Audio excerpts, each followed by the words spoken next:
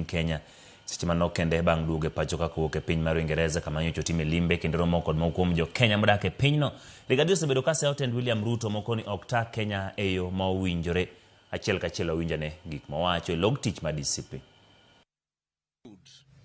The Emrod kill by which the party fielded a candidate, Mr. Vincent Rotich, who came a close and credible second with 10,760 votes in a region perceived stronghold of William Ruto and his UDA party. We sincerely thank the great people of Emurua for their faith and support. We also thank our campaign teams for the great work they did. And in particular, I pay tribute to the women campaigners in Emurua who campaigned for a candidate late into the night in a very aggressive manner. As a party, this was our victory. Were it not for bribery and intimidation on the night before the election by William Ruto and his wheelbarrow party. But we are very encouraged that William Ruto has to bribe Kalenjin voters to vote for UDA. It's a very big victory for us. Had it not been for that voter bribery, Vincent Rotich should have been declared the MP for Emurua, but we are satisfied with this performance. In light of the victory we had in Emurua, we have received overwhelming interest from both North Rift and South Rift regions from aspirants who want to run for elective positions on DCP party, which they say is a party that cannot be bought and is a party that cannot be intimidated by anybody. To all the aspirants in South Rift and North Rift, we want to say welcome to DCP, the party of the present and the future, and undoubtedly the party that will form the next administration and have the majority both in the National Assembly and the Senate. In light of this new development in Rift Valley, the National Executive Council has considered a request from the residents of the Rift Valley that the party be represented well by residents from that area. Because of that, the National Executive Council has appointed Leonard Cheriot,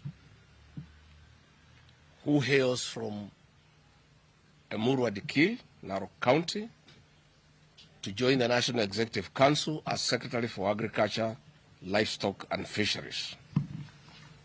At the same time, the National Executive Council has deliberated on the strength of the party in northeastern Kenya.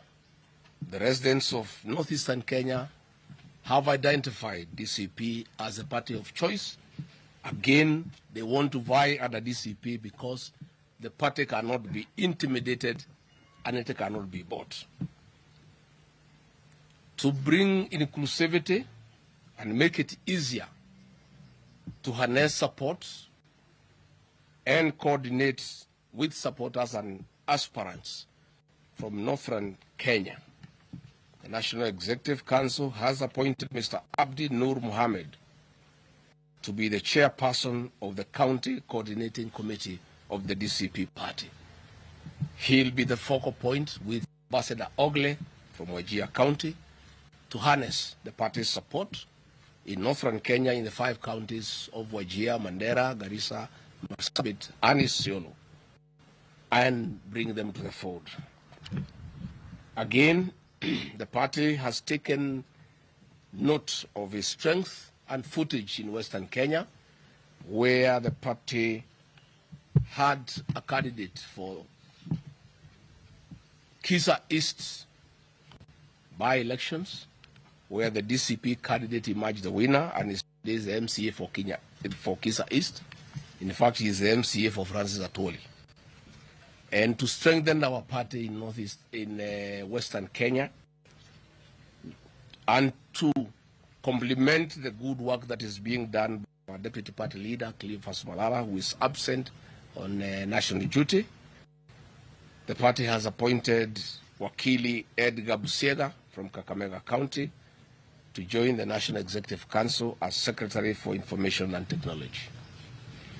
Again, the party has taken note of the importance of the Gen Zs in our political space and a very dominant role they will play in the next general election, because